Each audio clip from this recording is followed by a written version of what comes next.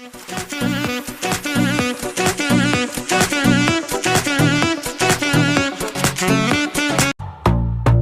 am the bonfire, you make me stronger, you make me lighter.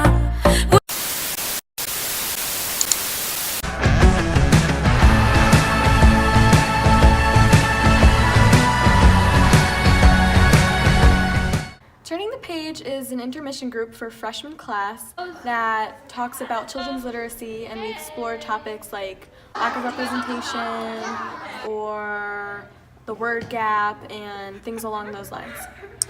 The 30 million word gap is a word gap by the age of 3 to 4, and it's the difference between higher socioeconomic status families and lower socioeconomic status families. It's kind of how like those 3 to 4-year-olds, the ones of higher socioeconomic status know more words, 30 million, than the lower socioeconomic status children.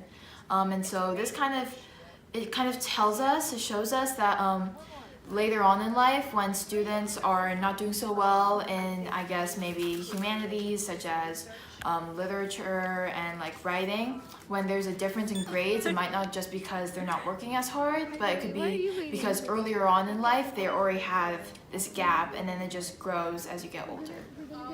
Na na na, yeah. Woo. Na na na na.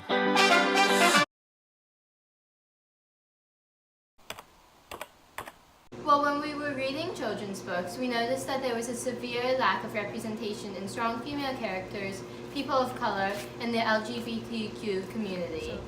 This is bad because it affects how young children, especially of these minorities, see themselves in the world around them.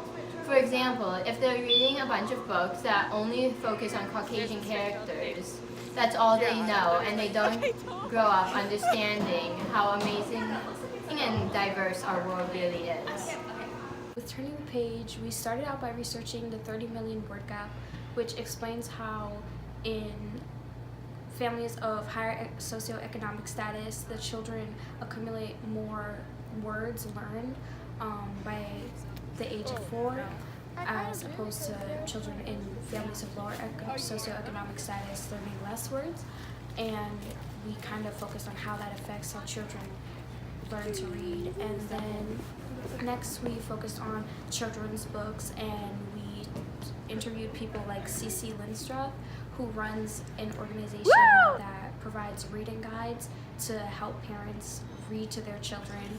And then we also researched Philip Nell, who wrote the book Is the Cat in the Hat Black, or something of a similar title, and that is kind of to add more diversity to children's literature, because in our work we realized that there is an extreme lack of diversity and or misrepresentation of minorities in literature. And we also went on field trips, and we visited the Dr. Seuss Museum, which is in Springfield. And while we were there, we kind of stayed conscious of the fact that there's a mural that some say is racist or stereotypical, and we kind of just explored our thinking about that and had conversations. As well as the Read to Grow Foundation, we donated about 691 books there, and we helped to sort their... We've also read to students at the schoolhouse and Noah Wallace Elementary School to help improve their reading skills. So as our group was reading picture books for children, we saw that they depicted some races wrong, and we saw that those books weren't really diverse. So we wanted to create a book that was diverse and had a lot of characters that were different. I'm gonna get it right.